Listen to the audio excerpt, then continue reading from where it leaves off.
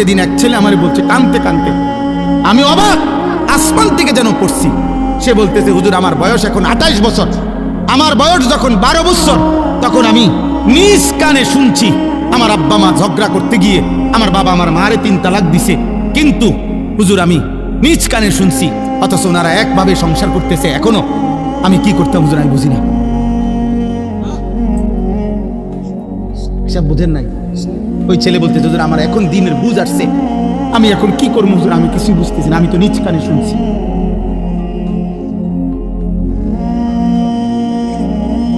তো দুনিয়া খামখেয়ালি, দুনিয়া ভোগ করতেছে আর কি।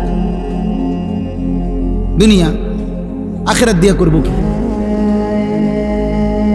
আখেরাত দিয়ে করবে কি? আল্লাহ আমাদেরকে বুঝ দান করেন। অতএব আমার উদ্দেশ্য এই একটা কথাই বলা, আল্লাহ আমাদেরকে জীবন দিয়েছেন, অনস্তিত্ব থেকে আমাদেরকে অস্তিত্বে এনেছেন কে?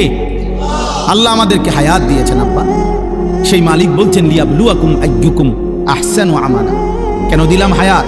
এই রাত কেন দিলাম? এই দিন কেন দিলাম? বান্দা তোমারে আমি জন্ম থেকে ধীরে ধীরে এই বয়সে কেন পৌঁছাইলাম?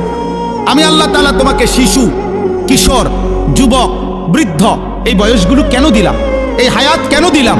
একটাই উদ্দেশ্য, আমি তোমাকে পরীক্ষা করছি আখিরাতের বিবেচনায় তোমাদের আমল কতটা সুন্দর, তোমার ঈমান কত সুন্দর, তোমার ওযু কতটা সুন্দর, তোমার নামাজ কতটা সুন্দর, তোমার যাকাত কতটা সুন্দর।